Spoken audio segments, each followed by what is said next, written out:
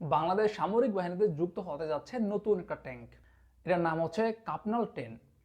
তুরস্কের তৈরি এই ট্যাঙ্কটা, বলা হয় যে এই ট্যাঙ্ক হচ্ছে বিশ্বের সর্বাধুনিক প্রযুক্তিতে তৈরি একটা ট্যাঙ্ক। এটার মধ্যে বিভিন্ন রকমের ফিচার রয়েছে।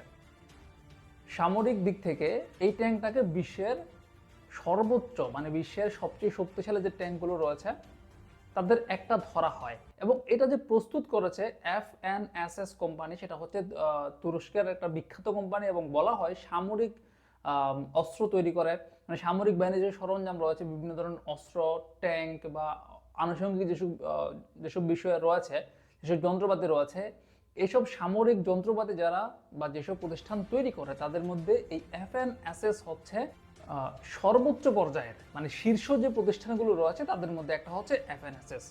এবং তাদের এই যে ট্যাঙ্কটার মধ্যে যে বিভিন্ন রকমের ফিচার যুক্ত করা হয়েছে সেগুলোকে বলা হচ্ছে যে বিশ্বের সর্বাধুনিক প্রযুক্তির, মানে আপনার এই এই এই ট্যাঙ্কগুলোতে এরকম এরকম ফিচার অ্যাড করা হচ্ছে যেগুলো অন্য অন্য অনেক ট্যাঙ্কের মধ্যে পাওয়া অসম্ভব বা পাওয়া যাবে না।